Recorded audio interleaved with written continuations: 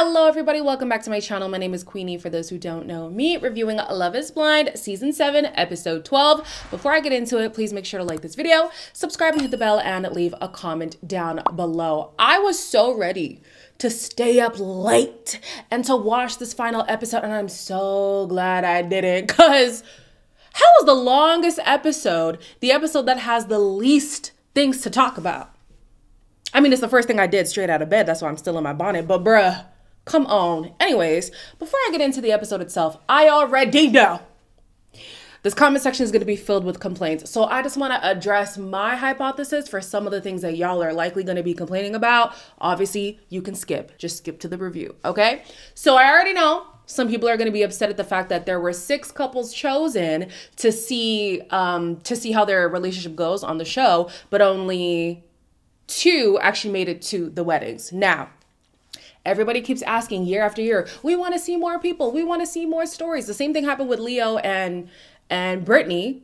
Everybody wanted to see more relationships play out on the show. How many relationships haven't made it out the pods or have made it out the pods and still aren't together? I think it's a waste of time. Show me the people who either come with the mess, because we do like mess, let's not lie about that, or actually have the potential to be a legitimate couple. Okay, that's number 1. Number 2, how many times have people complained about how cruel it is to have people say no at the altar when somebody else is so clearly going to say yes? You know what I'm saying? To mitigate that, the production seems to have given people an option to leave before the weddings. Of course, they want to keep as many people as long as possible, but there's number 1, the cruelty of saying no at the altar. And number 2, all of the complaints and lawsuits about entrapment and mistreatment. Get them people out as soon as they want to get out to avoid more lawsuits. So all I'm saying is, with every complaint, there has to be some way to appease that complaint, which means we're going to be giving up a lot of stuff, a lot of drama that we want to see, a lot of seeing the couples through all the way to the end. We're not going to see as much of, because they're trying to appease some of the complaints. And also, things do have to change. You know, some of the ethics around reality TV in general do have to change. And I think Love is Blind is realizing they need to fix up. And fast. But anyways, we finally get the context of the conversation between Ramses and Marissa. I had assumed that he had talked to his Guyanese family, the family that he said is more attached to his ex-wife. And that's what it sounds like in this conversation. So basically he says that he didn't realize how much his ex-wife was actually affected by the divorce. You know, Ramses on this whole, I'm leading with empathy and, oh, my masculinity is fluid and whatever. For somebody who's supposed to be so in tune with himself, he's very out of touch with his partner's feelings. We saw it on screen with Marissa and this whole sex thing while she's supposed to be out of commission. And now we're hearing it. This man is shocked at how hard his ex-wife took a divorce. Okay. My ex was like hurting much more than I realized after that divorce. I just don't think like love alone is like enough. Like love is super important, but it's just kind of like... So we only have love between us? I've always followed my emotions. I've always followed my feelings. That's caused me to make some like wrong decisions in the past. There might have been moments or things that I was brushing aside. Why? Just like what? Just us. Can I know about them? Like, is your energy gonna be like too much for me? But in the pods, like it felt amazing because you know how that sounds. I know how that sounds. That's what every guy feels. They love the first couple of months of dating me because it's great. Sorry.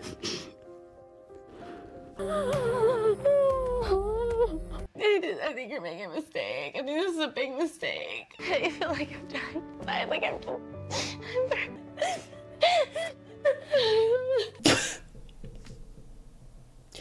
Why did production leave this in? Y'all are so shady for that. Ramses says that he doesn't think that love alone is enough to sustain a relationship. Marissa tries to fight back, but girl, love is not enough. It has never been enough. All the other fundamental stuff are more important. And Ramses in this conversation actually admits to the fact that he brushed a lot of things aside and is realizing that those things are actually important and he needs to focus on those things. Now, he's not being honest, at least to the camera, about the things that he did brush off. So he just says, oh, some of the day-to-day living stuff, it's just I don't know if I could take your energy. Like, I just don't know if we could lift. So we're not going to talk about the fact that you have these strong feelings about her military experience and potential return to some kind of military affiliated things. The fact that you guys disagree on family planning. You have an issue with her family structure. What else? What else do they have a problem with? They had enough problems that for me, from the outside looking in, y'all have no business being together. And it blows my mind how Marissa doesn't see that. Like, she just doesn't see it. She seems to want to be this diehard person. She said before that she would stick it out unhappily in a marriage for at most 7 years before actually calling it quits. And I know a lot of people had their feelings about that, but if you have read, was it Becoming or was it the other book that Michelle Obama did? In one of those books, she did say that her marriage for the longest time was basically unhappy, and it had to do with the shift in their structure. So after having kids and all that came with and stuff, they didn't like each other for a long time. And I'm not saying that people should just stay with somebody if they don't like each other, but there's going to be seasons in marriage where it's rough. And I think that Marissa's point at the end of the day was, I'm willing to push through those rough patches because I love you. And Ramses is saying, listen, love is not enough. And I've made this mistake before. I don't want to look back on my life and think, damn it, I did it again. Well, Ramses, whatever, okay? One thing that I can say about Marissa, she's been consistent. From in the pods to out the pods, Marissa seems to be who she presented herself to be. It's Ramses who keeps moving the goalpost. Because he knew what her timeline was in the pods. He knew what her temperament was, what her energy was in the pods. He knew her affiliation with the army and how proud she was of. He knew all of these things. And he seemingly was okay with it. It's only now after the fact that he wants to air out his grievances of all these things that she has already said. And then he said something that is a personal trigger for me. Okay. He says, well, in the pods, like, I loved your energy. And now I just don't know if it's too much for me or whatnot. And like clockwork, every time a man has told me he loves my energy, I end up a shell of a woman because they siphon all of it out of me. They do. It's like there are these leeches who are like, oh my gosh, I love this girl. She's so great. Let me suck it all out and keep it for myself. Like, I'm looking at Marissa and she looks like a shell of a woman. And I'm like, girl, been there. And so Marissa's here like bawling her eyes out on the floor. She calls her mom. And listen, mom's approach was brash, but her points were valid nonetheless. And she said, if you break my daughter's heart, I will cut your balls off. So Ramses, sleep with one eye open before you wake up a castrated man. All right, moving on. The weddings. I was so upset that they put Ashley and Tyler first. Like, I'm not as invested in Taylor and Garrett, so why they were like the finale couple, I was confused by.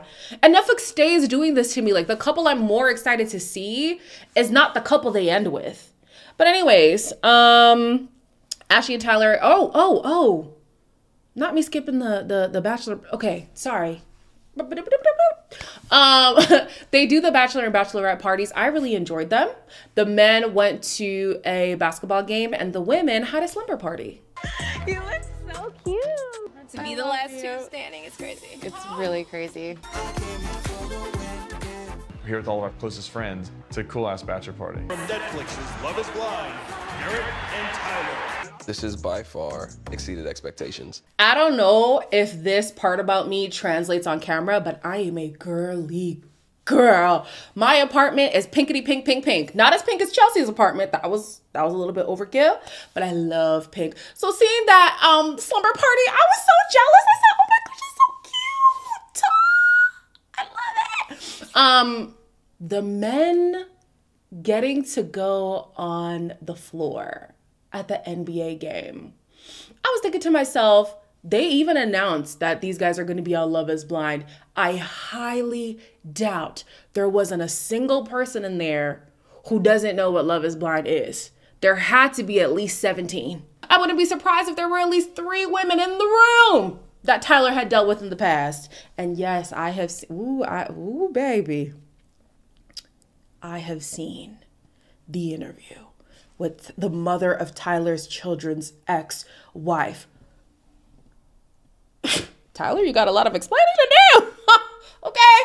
I will be seated waiting for the explanation. But anyways, I say all that to say, I wonder how many people were tipped off on who Tyler was. If this is when the research started, if this is when people started to put in their receipts. Like, I don't know. I just feel like, how crazy is it for them to announce this person is going to be on Love is Blind, knowing that the show was going to be airing like a year at least later. Anyways, fast forward to the weddings. Like I said, Ashley and Tyler are first. Now that we have learned all that we know about Tyler, and even the fact that Jake, who was on the show and who has been going on an apology tour on Tyler's behalf, didn't know the full story, it is insane to hear these men be like, oh my gosh, a baby? Are you ready for a baby? Can't believe you're so ready for a baby. So when y'all get out of here, what y'all got planned? The baby making station. You trying to have a baby soon? She's trying to have a baby right off the bat? Boy in love, dog. Regardless of whether or not the men in this room knew the full extent of this story, they know enough. They know this man is present at the very least. The sperm donor story doesn't make sense for at least 2 of those kids. At least 2 of those kids, the sperm donor story doesn't make sense. And they're all here like, oh, you're excited to have a child? You're excited? Crazy. Simultaneously, we have Ashley, who says that she never thought this day would come just because she meets men who are basically on the clearance rack. And I'm thinking, if they're on the clearance rack, what is Tyler? I refuse to believe that Tyler is the best that she's experienced. And if he is, baby girl, we need a prayer circle. With prayer and supplication, you will be free. I am scared for you. Very much so. Ashley talks about how attentive Tyler is, and she's never had a man who dotes after her in the way that he does. And I'm thinking he has to do that, because what is left to be desired if he doesn't do that? I feel like that's all he's got going for him. At this point, it sounds like that's all Tyler has got going for him. So yeah, he better be attentive. Tyler knows that he has a ride or die. He knows he has a ride or die. And he would be a fool to fumble that before the ink dries. Okay? So we move on to Ashley talking to her mother and her grandmother. Grandmother aged like fine wine, I tell you. Wow! Gorgeous lady. So she says that her dad is lucky to be invited to the wedding because they haven't always had the best relationship, and her mom actually did the heavy lifting in raising her. Makes sense. Tyler also shares that his dad is dying, I think he said, but he also doesn't feel a way that the dad is not invited because his mom also did a lot of the heavy lifting. They do share that in common. Ashley reiterates that she wants to be married once and stay married, especially after seeing how her dad treated her mom. Like, she really values marriage and doesn't want to be with somebody who treats women the way that her dad treats or treated. Let me go with treated, because maybe he's a changed man. I don't know. How her dad treated women. You know, I'm going to go out on a limb and say Tyler might have your dad beat. He might. And if he doesn't, oh my gosh, like, how unfortunate. Poor unfortunate soul, for real.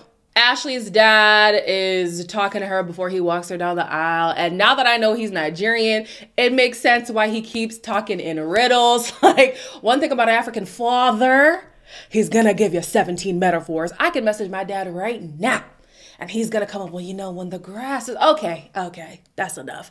I loved the fact that Ashley's mom took over in walking her down the aisle so that she could be the one to present her to Tyler, because, like Ashley said, mama did the heavy lifting. as I'm editing, it's clicking why I love why Ashley did what she did, because my sister did the same. So she's actually my cousin, but as a baby, she was given to my parents to raise. And even though her parents were actually present at her wedding, it was my dad who walked her down the aisle because he also did the heavy lifting. I like that. I'm not mad at that. Tyler obviously is crying at the end of the aisle, as he does. And I'm thinking, Lord have mercy, this man can perform. I do. I do. 3. Ashley, Adiancer Francis. Of course, these two said yes. I mean, we knew this was going to be the answer from the pods. I mean, even with all that has been coming out, people had still been thinking like, well, maybe it's not that bad. Maybe like we wanted so badly to root for Tyler and Ashley. So I can imagine she was rooting even harder for herself. It's no surprise that she followed through with it. My heart hurts. And honestly, my heart doesn't even hurt for Ashley. My heart doesn't even hurt for Ashley. My heart hurts for myself. Because you know how many Tylers are out here roaming the streets, being tyrants? And oftentimes we don't figure it out until it's too late. Crazy. At least Ashley has the luxury of things being exposed because he went on a national television show, international television show. So people are obviously going to be like, hold on, I know him. And let me tell you what I know. One thing I know about myself, if I get a, hey girly, keep him, keep him, keep him. I don't even want to hear. The fact that you texted me, hey girly, I believe you. I believe you. You can have him, sister. Keep him. I don't want him. But yeah, Ashley said yeah. And I can't even say that I'm surprised. I know that some people have been trying to rationalize her decision like, well, maybe the sperm donor story makes sense. And I do know that it is easier for us to say like, Ashley, how could you? Because we know more. But respectfully, even what they had talked about was not enough evidence for me, if I was in Ashley's position, to say yes. Okay. From the pods, the man had talked about not knowing love. And I questioned that. If you go back and watch the videos, I had questions about that. From the honeymoon, the man talked about his past coming up and whatever. I had questions about that too.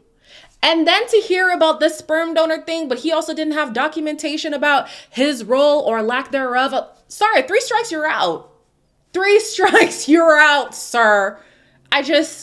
Yeah, Ashley kind of reminds me of AD in the sense that they have this blind loyalty, and I don't know where that comes from. Maybe it's that I've been hurt so many times and this person is good enough for me to still follow through, even though it doesn't seem to be like perfect at whatever perfection looks like for you. Yeah. But anyways, Tyler has actually taught me to ask some very thorough questions. Not even, do you have kids? Have you ever been a sperm donor? Or has your sperm ever been used in the creation of a child? Because you might say, oh, I wasn't a sperm donor because I didn't go the legal route. You know, these semantics, okay? Garrett and his semantics. Some people like to play with semantics. Has your sperm ever been used in the creation of a human being? If so, what is the part you play? And if you do play a part, I'm out. Like, I'm out. Sorry. It's already too messy for me. Let's move on to Taylor and Garrett. Not really much to talk about with them. I've been trying to draw this out, as you can see. Taylor and Garrett have the approval of her father, so much so that he comes and helps Garrett get ready.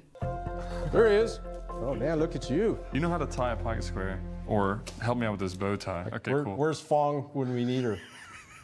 Couldn't go through with this with anyone else. I love your daughter. Fong's kind of quiet, but she reads people spot on. I don't doubt it. You have more than my blessing. Shout out to Tom for pulling up at the wedding. I wasn't sure he was going to. I mean, he did say he didn't want the cameras in his home. He didn't really say, like, Taylor didn't make it seem like he was totally against, like, nah, I hate this show. I don't want to be a part. Like, it's just that he didn't want them in his house. So I guess I understand. At this point, I was thinking, Garrett, where's your daddy? Where's your father? They eventually do show up. His parents do show up. They still are expressing some hesitance, but they say that they trust that he has thoroughly thought this out, and whatever decision he makes, they will be happy to go with it. So fine. Tom, Taylor's dad, says that if Fong is sure about you, then I am sure about you. Because one thing about this woman, she is not wrong about people's character, and she approves. So therefore, I approve. Love that for him. There's a lot of serendipity when it comes to this couple. Both their parents got married on the 13th of whatever month, and they are now getting married on the 13th. Like, from the beginning, it just seemed like this couple had to be together. The tattoos, the both being in the science field, like it just makes sense. So of course, at the altar, they say yes. Now is the time to decide if love is blind. I absolutely do. I do. Is this like a thing? Always pour your wife's glass first? Is this something? You're catching on. When you know, you know. Not too much to say. The one thing that kind of, not concerned me, but one thing, I mean, it doesn't even matter if it concerns me. It's not my relationship, not my problem. One thing that stuck out to me was Garrett said in his vows, I promise to always put your feelings first. And she was like, yeah. I would rather he say something along the lines of, I will always like consider your feelings first. Just because I've seen this theme with Taylor that she can spiral. She can. And so things tend to just be a little bit bigger than they have to be. But to just put her feelings first above yours all the time, I don't know. But is that the role of a husband? I'm not married. Is that the role of a husband? You let me know. Anyways, the reunion is a week from today. So we'll see what happened there. People have been talking about what's been talked about. The kids do come up. They have to. They came up on the show. Freaky Frog, we're going to talk to you. Ramses, with your woke, fake woke, sleep woke self, we're going to talk to you. Leo and your money, I actually don't want to talk to you at all. Why are they part of the reunion promo? I actually don't want to hear from Leo or Brittany at all. Hannah? Oh, they better rip into you, girl. Okay. As always, like, comment, share, and subscribe. And I'll see you in the next one.